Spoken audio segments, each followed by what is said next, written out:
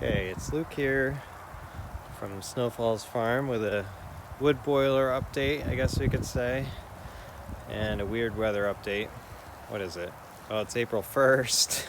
Yeah, April Fool's to us, I guess. It's snowing. It's like 20 degrees, it feels like. All right, let's take a look in the woodshed here. So, I burnt it all. The woodshed is pretty much empty. And I pulled my taps too.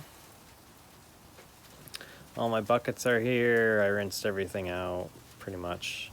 Actually, I think 4 or 5 gallons of sap sitting there still. So yeah. I also adjusted the temperature of the wood boiler. Maybe it's been a little while. 3 weeks, maybe almost a month. I set it from 175 to 185. I read somewhere that having it set that way would transfer heat a little bit better, and it keeps the the water coming in warmer, obviously. So get a little boost with your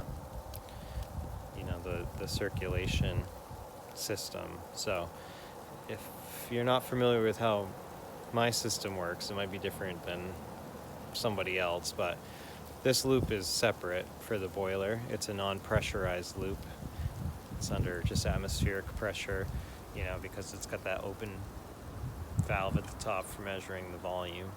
So it's open to the air, but the house system is under pressure because we do have a propane boiler on the inside of the house that we use during the summer to do domestic water.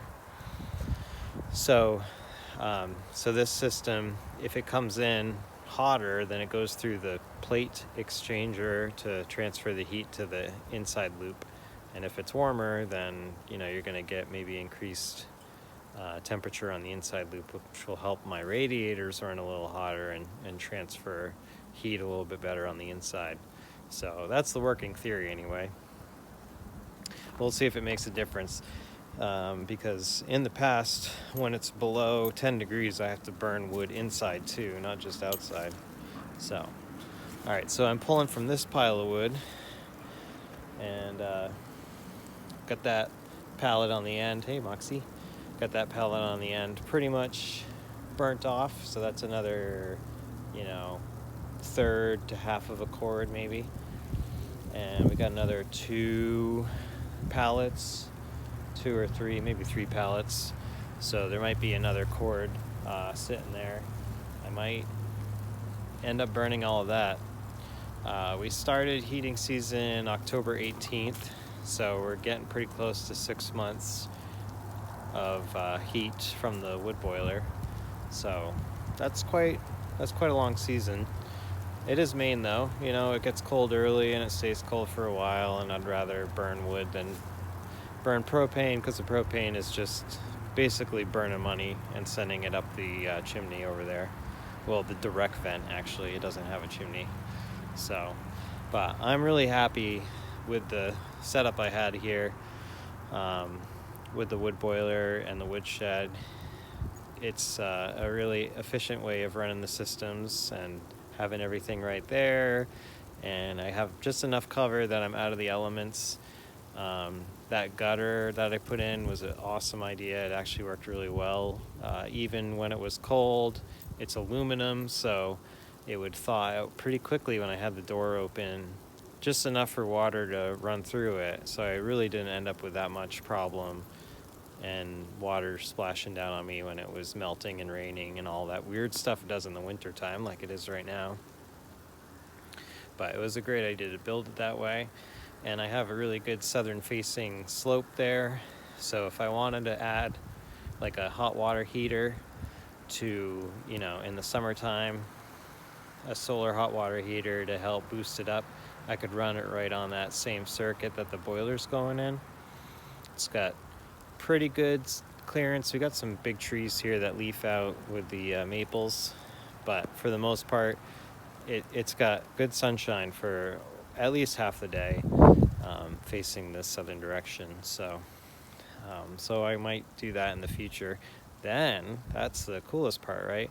I wouldn't have to use propane even in the summertime. I could just have it use the passive solar technique, run that inside, concentrate it in my heating tank in there for my domestic hot water through the same exchanger. So everything's already set up. I just have to get a little more PEX and some of those panels. I did some price checking on the panels, and they're kind of expensive for right now, but in the future it would pay for itself, if I upgraded to do that. So I have this pile of, this is wood that I dragged over here with the truck. All the snow is melted out around it, so I can split that. And I cut some other wood in the middle of the winter over there in front of the truck, and so that's ready to split too. The problem is my splitter is buried right now. I got a whole line of vehicles. This snowblower has to go in where the splitter is. The splitter's way in the back, and the mower's in front of that. So I got to pull the mower out, pull the splitter out, service those both so they're ready to go, and then I'll tuck the snowblower way in the back there. But we got the Franken splitter. Went from a 5-horse to an 8-horse. It doesn't stop for anything, but it is so slow. It needs a bigger pump on it. And it's almost not big enough, right? It only splits 24-inch stick, and the boiler will burn bigger stuff than that. It'll burn up to 32-inch boiler logs. So at some point I'd like to get one that can split a little bit bigger. I also had my chicken waterer die. It was thermally controlled to turn on and melt the water when it was cold, but that has stopped working. It burnt out, so I took the plug out of it, and it's just a regular one now. And I did buy a new one. I just don't want to use it yet because it's the end of the season. Hey, girls. Girls have been making good eggs, though, huh, guys? So this is a nightly tradition. We come out here, see how many eggs we got. What do we got in here? 1, 2, 3,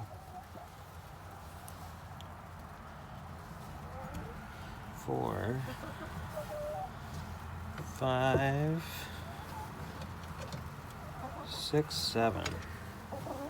That's pretty good. Thank you, girls. We got 6 young hens. Is everybody in? 1, 2, 3, 4, 5, 6, 7, 8, 9, 10, 11. Yeah, so we got all 11 birds in there.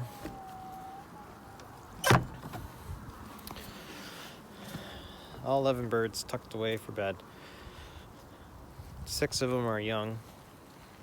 The other 7 are older. So other 5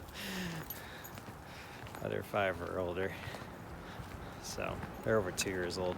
Not super old, but alright, so that's just a quick update here on Snow Falls Farm and what's been going on here up in Maine. And hopefully you guys are staying warm and you don't have snow accumulating on your stuff on April 1st. Haha, April Fools, right? We're the fools, I guess. See you soon.